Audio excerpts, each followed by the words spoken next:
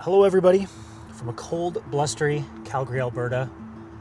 Today I'm going to try something that I've always wanted to try along our travels. Because right here in my hand, I have a Canadian Loonie. And it is a special Loonie because when we visited Prince Edward Island last summer, a very nice lady gave us this PEI specific Loonie that I have here. And this coin also has the power to dictate our future over the next week because I'm going to flip this coin, and if it's heads, we go east. If it's tails, we go west. Now I understand west, Banff is like an hour away from Calgary, the Rocky Mountains. You know, as far as scenery wise and adventure wise, that's probably the best option. But if I've come to learn anything over our travels across Canada, I've pretty much learned to appreciate all of it. There's so many great places around here, and eastbound has a lot of great options as well. So I'm good with whatever the coin chooses. So we're gonna flip. Here we go. I'm gonna flip in real time so you know that I'm not fibbing this outcome here. That is heads, my friends. Eastbound we go. Let's go for a road trip. We've been spending so much time over the last few months in the north and remote communities and northern towns, and so being back in a big city such as Calgary, watch that bump there, a little overstimulating to be completely honest, but we took advantage of all the things you can get in a city. We're all stocked up, and it's later in the day. We got about an hour and a half drive, so we're just gonna get to where we're going and set up camp for the night.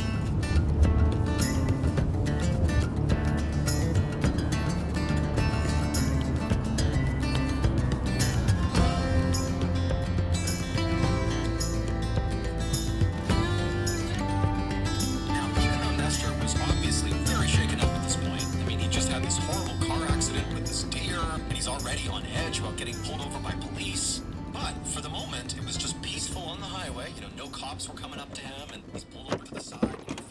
All right, buddy, come on. Come on. There you go.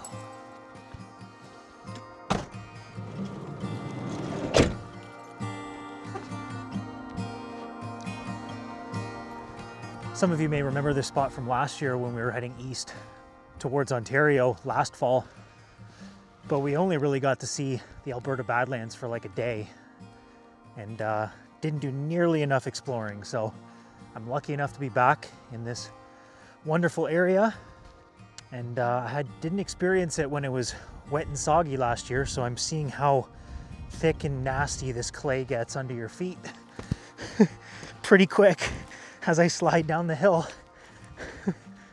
Diesel with this four-wheel drive got up the hill no problem. I, on the other hand, having a little bit of trouble here.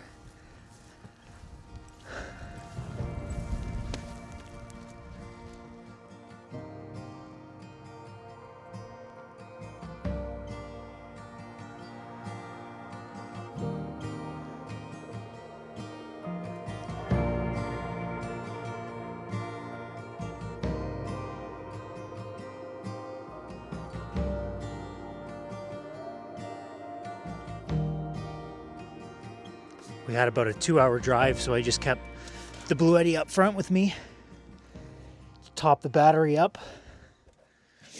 Having this DC to DC charger has been an absolute game changer. Honestly, I don't know what we were doing before. Having to stop in a town or somewhere to find a plug just was not efficient whatsoever. I don't know how we did that for over a year. But yeah, installing this DC to DC charger, probably the best thing we could have done just for working out here, keeping stuff cold, just charging camera batteries, drone batteries, all that stuff. You need electricity, whether you like it or not, unfortunately. I don't get paid to say that. I'm not going to try and sell you something that I wouldn't personally buy or use ever on this channel. And I mean, in the future, we have dreams and aspirations to do some bigger trips. And it would be cool if we got like a sponsor for certain videos or for certain bigger trips. Like, I'm not going to say we're never going to take those on, but it will never not align with what we're doing on the road. If it's, you know, if I start preaching Rogaine with this head of hair, call me out on it right away. And yeah, keep me in check. But it is going to be cold tonight, and we're going to batten down the hatches, make some warm food, and probably just hunker down in the van for the night.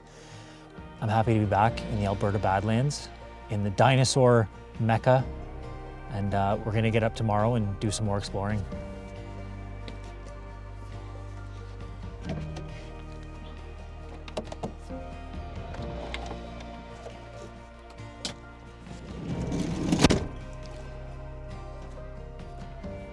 I'm a pretty simple guy, so I'm gonna keep it simple for dinner tonight.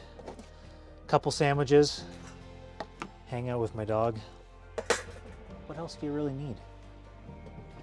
It has some of the most isolated, remote, and rugged locations, all with a story to be told. The rig has been prepped, the tools have been serviced, and it is finally time to embark on this season's West Coast wander.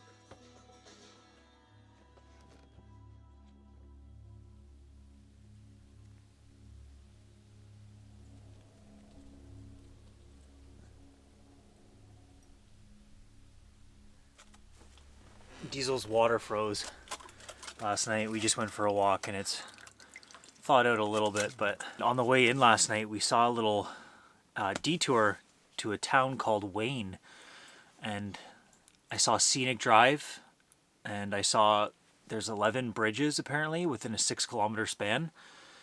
So I checked on the Google machine, and it looks like Wayne is an old ghost town, a mining ghost town, so I know what we're doing today. And no, I'm not going to complain how cold it got last night, because I know I'm going to get a bunch of responses about, why don't you just get a diesel heater? I know. And I mean, I do have one. He's in the bed right now, but it must be on the fritz at the moment, so I don't know what's going on.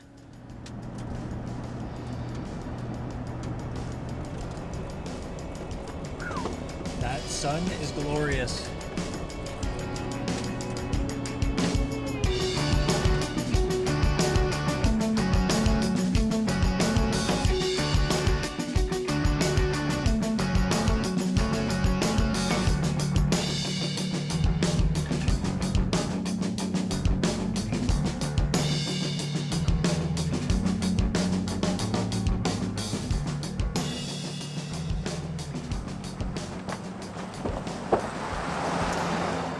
This is the town of Wayne, and this is another reason why I love just not having a plan going to new places, because this definitely was not part of any sort of plan that I did have coming here. So there's what used to be a school, a church, saloons, a hotel, and housing, and it's been deemed a ghost town, but there are still, I believe, 35 people that live here annually. So not technically a ghost town, there's still people here. But what an interesting place. And this whole area is full of little towns that were booming when mining was a significant source of income. And then once all that shut down later in the 50s, they kind of all became ghost towns. But I've found what looks to be a track, and I can hear the creek just below me there. So we're gonna walk around and see if we see anything. But regardless, if we don't see anything, it's a beautiful day. Not a bad day to explore some ghost towns here in the Alberta Badlands.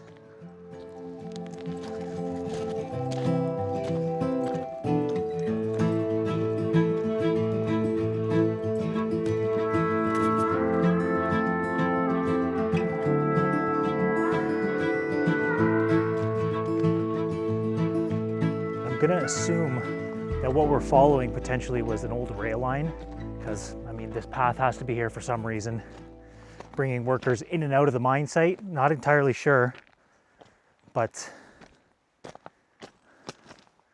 yeah, I knew it had to lead somewhere.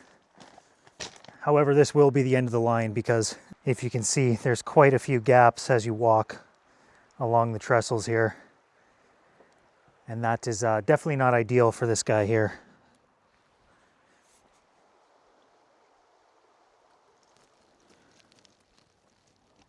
Well, there's our answer right there.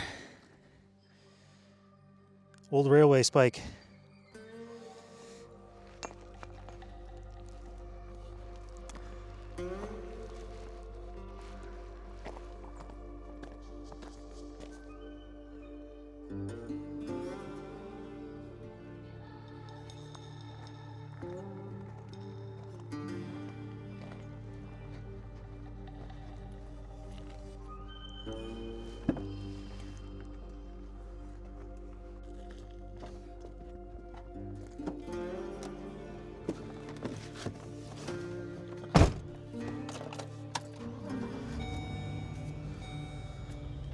On to the next place. I don't know where that will be, but we're just gonna drive and see what we see. Damn, that should be a Dr. Seuss poem right there.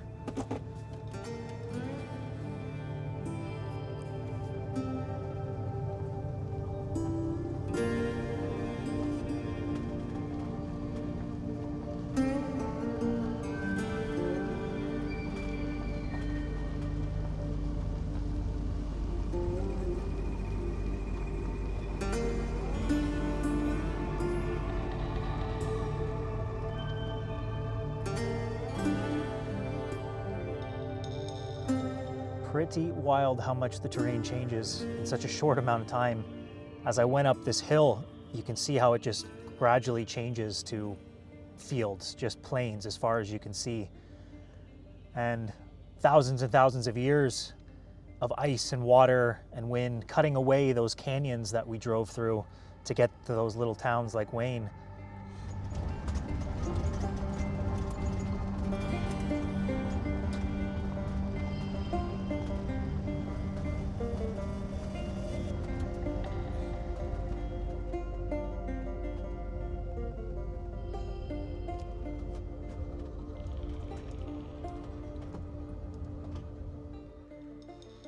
I'm willing to bet this is just the rubble of an old vehicle, and it looks like it has a permanent resident. This town's definitely gained a little bit of tourism over the last several years, but from what I've seen today, it very much resembles a ghost town. But we are parked out front of what is called the Last Chance Saloon, and it is attached to the Rose Deer Hotel. This town got its big economic driver from the coal mining operations that happened in this town in the early 1900s. But it was also notorious for some of the poorest working conditions, and wages back then, it wasn't actually real money. It was called company scrip because it was a company town, and so it would go into a company bank. So these people would work backbreaking days. They would go back to their living quarters, which wasn't any bigger than a 4.5 meter by 4.5 meter chicken coop, they would call them. And usually these shacks would have anywhere between 6 to 7 men in there at any given time. So you can probably imagine after a long day's work going back to these chicken coops that would probably create some pretty hostile individuals. And this saloon beside me, the Last Chance Saloon, had quite the reputation for the Wild West stereotype, that lawlessness that I guess you would see in some old Western movies. And I like to envision it, you know, people in this now paved parking lot, tumbleweeds would fly by, people would wait at either end ready to draw guns. But I guess I've just been watching maybe too many of those Western movies. But it did have that reputation. Brawls would break out, people after a long day would take their aggressions out on each other. Poor wages, poor living conditions, this was all just a huge concoction to create very hostile work environments. And after a while, that kind of led to one of the biggest union-forming miners' associations here in Canada. And I really would have loved to be able to go in and experience the inside of this saloon, but by the looks of it, everything is closed today. It also is Thanksgiving Monday, so that is probably why. But I kind of like it. It gives this ghost town that ghost town vibe, I suppose. But we are going to head back down the 11 Bridges Road. And if there's any Eagles fans out there and you're humming along to 7 Bridges Road, kudos to you. Now I have loved you like a baby, like some lonesome child. Well, to go through all that trouble to build 11 pretty good-sized bridges in the span of 6 kilometers, the coal must have been producing in Wayne for them to go through all that trouble. But we're gonna head into the town of Drumheller because you know we didn't come all the way out here to not go see some dinosaurs. World's largest dinosaur, ladies and gentlemen. 3-year-old Kyle would be ecstatic. But then again, so is 33-year-old Kyle. Come on, I don't care what anyone says. It's kind of cool. As fun as it would be to climb and be able to look out on the town of Drumheller through the dinosaur's mouth, I want to go to where they found the real dinosaurs. I think I know just the place.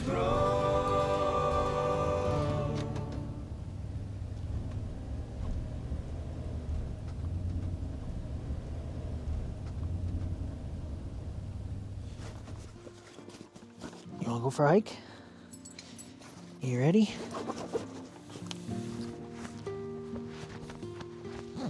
Ready, bud? Come on.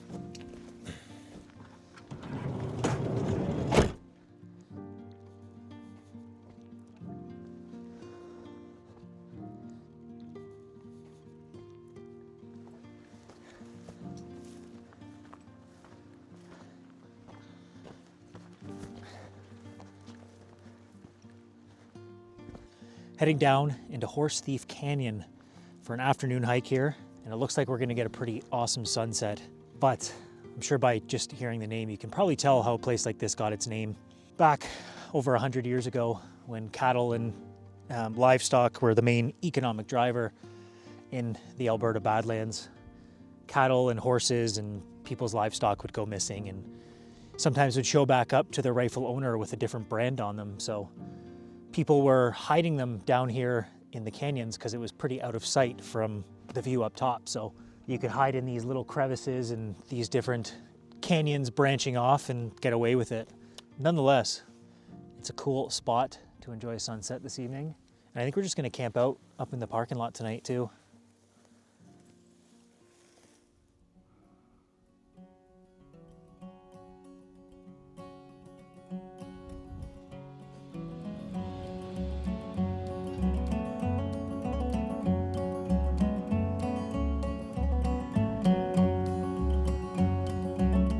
Well, just envision what it would be like to walk with dinosaurs.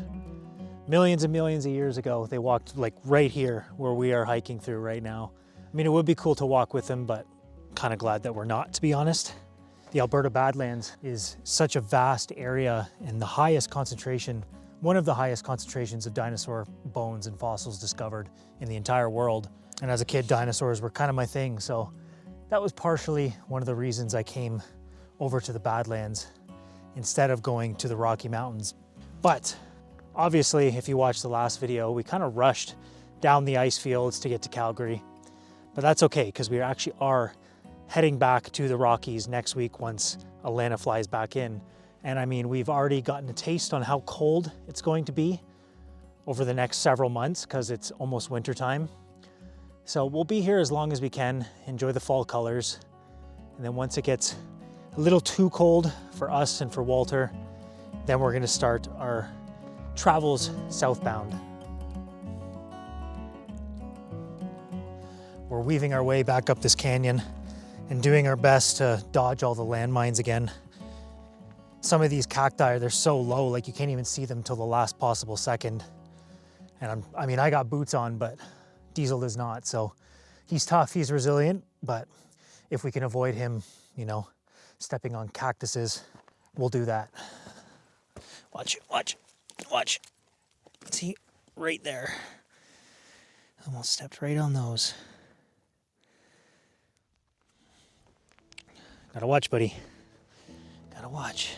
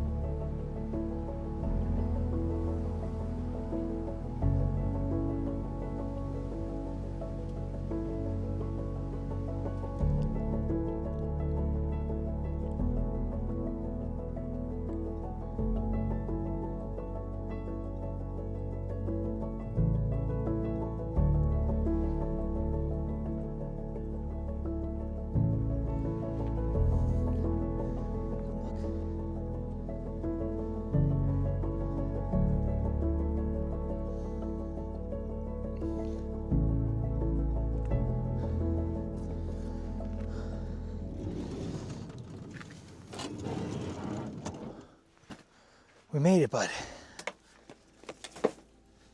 Come on. Attaboy, buddy. Layering up tonight. Got the duvet. 2 down-filled quilts. Gonna get the wool blanket out as well. We'll be good. We'll be good. It's going into the negatives again. But not like dangerously cold. Like we're gonna be fine. It's just a little nippy when you wake up and get out of the warm blankets in the morning. We did a lot of adventuring today, so I'm sure we're gonna sleep like babies. There's gotta be a better term for that, because like from what I understand, babies don't sleep that well. So we're gonna sleep like Diesel after a long day. Pretty much after any day. That guy sleeps all night. He's actually already zonked out.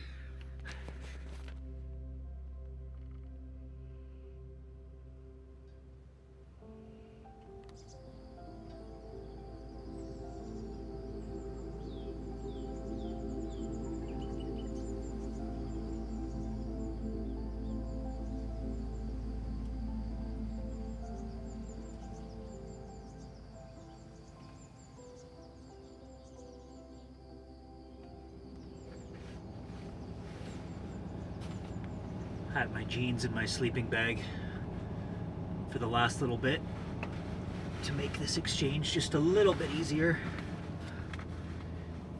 Who needs coffee? Just put cold jeans on in the morning.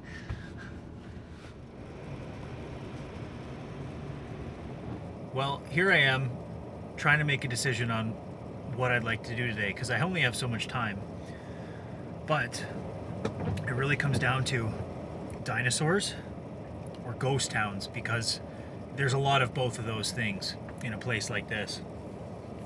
And I've been in the Drumheller area for a couple days now, and I really like it here. I'm pretty glad we came this way. It's got that small town vibe, and yeah, there's lots to do. So I truly believe if you come to the prairies and you're bored and you just want to plow through it, you're really not looking hard enough, because there's a lot of pretty cool stuff. And I found that even in Saskatchewan as well when we passed through last year. I mean, if you're into the whole abandoned towns and ghost towns and I guess history and whatnot. So I've got more than enough places to go to suit my fancy. So here I am trying to come to a decision, but then I remembered it's really up to the coin. So heads, ghost town; tails, dinosaurs. Ghost town, baby. Just like that.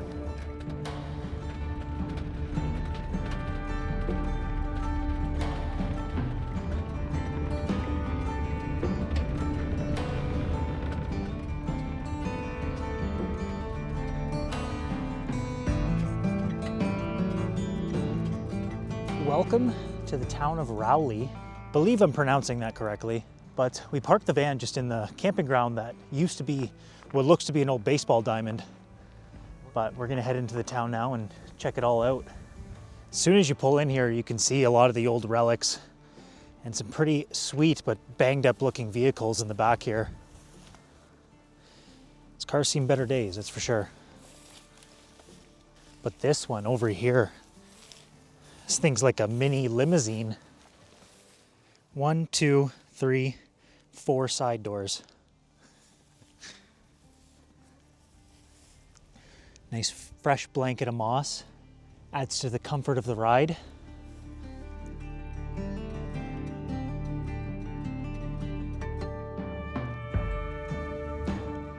A lot of these towns have a pretty similar story. Rowley in particular was an old railway town. And then of course, once major highways and bigger cities were constructed, a lot of residents of these small, once semi-bustling towns moved to where, you know, all the other jobs were and the amenities in the bigger cities.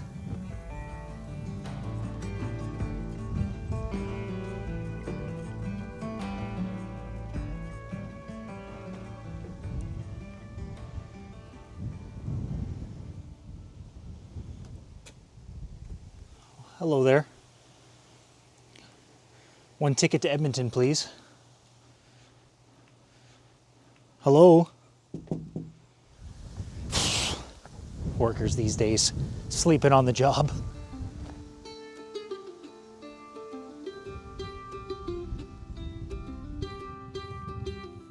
I want to say there's still about 10 to 11 people that live in this town still. And when I first came in, I did see a truck go through, and there is a car at someone's private residence. So there is people here, but it is still classified, I guess, as a ghost town. And as I mentioned earlier, from what we saw last summer too, going through Saskatchewan, there's so many towns. You could easily spend a whole summer exploring the ghost towns of the prairies. And everyone says when they drive through Canada, the prairies they're boring, it's flat, which is not necessarily untrue. But if you go off the beaten path, you can find some pretty cool stuff. Everywhere just has its own unique charm and character if you're willing to look hard enough.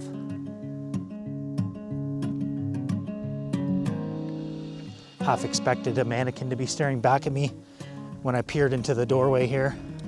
But with the amount of wind and fierce wind a place like this sees, it's only a matter of time before these buildings just collapse. I went to call Diesel to come back to where I am, and I heard my echo from across the field here. But besides the wind, when the white wind dies down, it gets eerily quiet.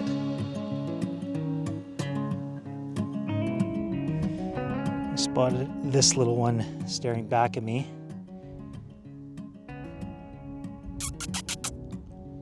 Hi, buddy. Perfect. Nothing like a old swing set in an abandoned town. Whee! Oh, lost the glasses. La la la la la la la la la. Okay, now I'm the creepiest part of this town. I've got to try it. Oh, nope. Oh. Yeah, that spring has seen stronger days. Nope.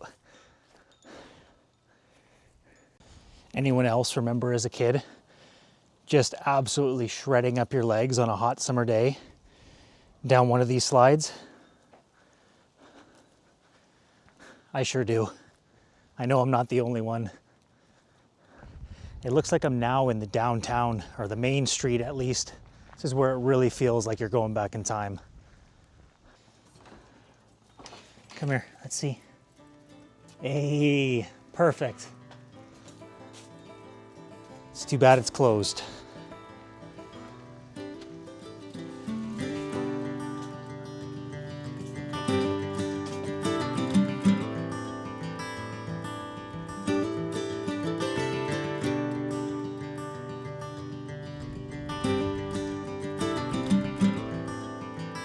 That's so cool.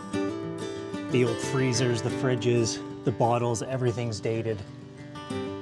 The stove, really cool.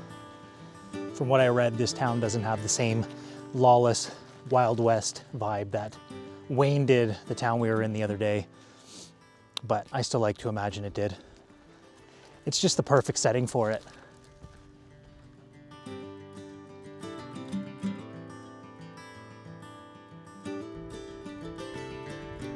Funeral home and embalming building right across the street from the old hospital.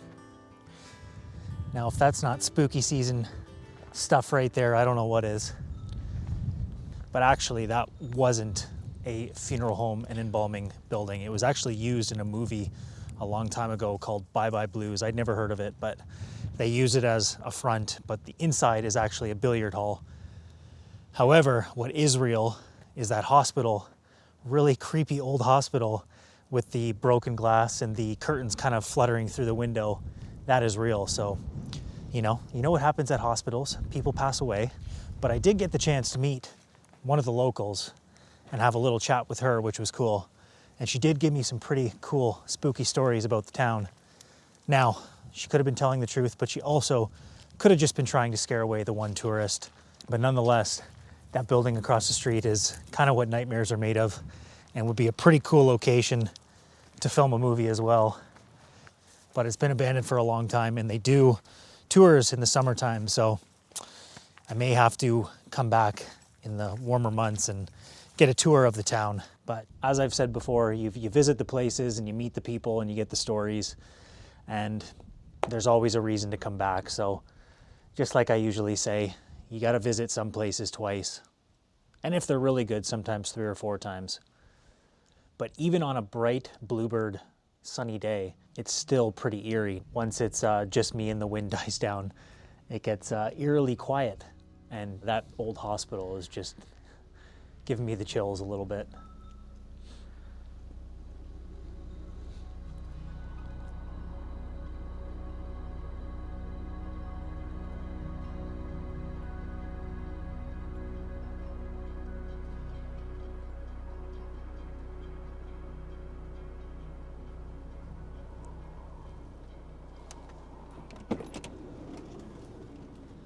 Looks like we got a pretty awesome sunset to finish off the day today.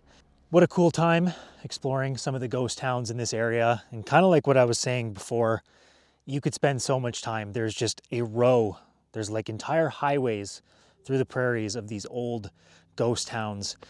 And again, a lot of these towns were old railways towns, and they were bustling hubs at one point. And now, you know, a lot of them have nobody, but some of them do have a few residents that stayed. Like the lady I talked to earlier, her and her husband, she said they moved here when they were 20, and I didn't get her age, but she was an older woman. So they had been here their whole lives essentially. So that small town feel, that hospitality, even just her coming to talk to me, and we had a nice conversation, which was really nice. But I'm pretty positive we're gonna have this open field all to ourselves tonight to camp out in. And I really did want to have a fire. This morning I did get some firewood from the gas station to have a campfire, but apparently there is still a fire ban in this area. I checked in town when I was walking around and they had a sign. I thought maybe it was outdated, but it still is in this region. There is a fire ban because, I mean, these wide open fields, they get super dry in the summertime, I'd imagine. So can't have a fire, unfortunately. And that sun is going down, so it's probably going to cool down again for our sleep situation tonight. I did get the winter bag out last night, and it actually got too hot at points in that -20 sleeping bag. But the power of human connection. Today we had a pretty cool interaction with somebody that I met when I was getting gas this morning, and we got to talking just about, you know, life. I got his life story, and he asked if we were, you know, living in the van, because it kind of is a conversation starter. And one thing led to another, and he said, how do you heat this thing? And I kind of chuckled and said, well, we don't. I kind of just, you know, we got wool blankets and sleeping bags, and we do our best. And so we finished our conversation and carried on with the day. But during that interaction, I had told him about Way of the Roads and the channel and that, so he got the name down. And then a few hours later, Alana messaged me and said, there's this guy, John, been messaging on Facebook, and so he was trying to get a hold of me. And he said he had something for us, so I went and met this stranger who I had only briefly chatted with at a McDonald's parking lot, and he had a very nice gift for us, which I'm very grateful for, but let me show you. Hang on, bud. I'm gonna show him what we got. You've got yogurt on your face. Watch out. We were gifted a frickin' diesel heater, and I rummaged through it already, but it was brand new in the box. And I'm gonna actually head back to Calgary a little bit sooner to install this thing, because since we are going to the Rockies next week and there's snow there, we might as well rig this up and stay actually warm with some nice dry heat. But regardless, what an incredible gesture from a complete stranger. So John, thank you so much for gifting us this. This is amazing. And I've said it before, the whole idea of traveling and being out on the road is meeting new people, and still to this day, at least to me, this is my favorite part, is just interactions like this. So cool. We're gonna install this, and hopefully, you know how these projects go. There's always at least a couple hiccups. They always take longer than they're supposed to. But we got a few more days before we pick a land up, so we're gonna try and get this all rigged up and stay warm for these cold winter nights that we may encounter on the rest of our travels this winter.